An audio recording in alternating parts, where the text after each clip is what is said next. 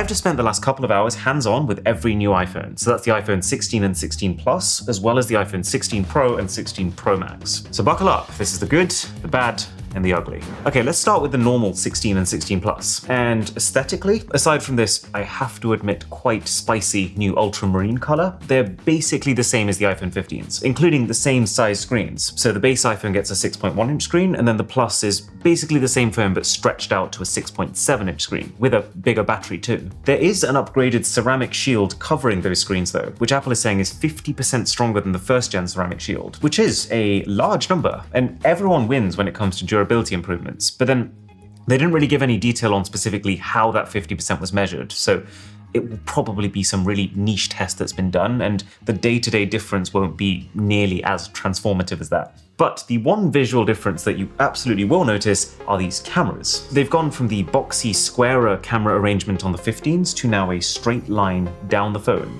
kind of exactly how they used to be on the old iPhones. It really does make me feel like we're on some sort of roundabout when it comes to iPhone design, where instead of just deciding that one thing is better and sticking with it, we're actually just rotating between the different options to keep whatever's new feeling different. But yeah, the reason that Apple's saying they've made the cameras like this again is so that the main cam and the ultrawide can work together, kind of like your eyes, to be able to record spatial video that you can watch on the Apple Vision Pro. So big moment for the 7 people who own one of them. They are also slightly better cameras than last year because the ultrawide has now been given autofocus, which means when you go super close to something, your phone can still keep it in focus, which is not a new feature. The Pro phones have been able to do this for a while now, but Apple does this dance every year. The Pros will always come with some new and exciting hero feature that the normal phones don't get, but then as soon as the Pros get the next hero feature, then the normal phones are allowed to have the old stuff, which is, I think it makes sense. It means that Apple can differentiate their more expensive offerings, but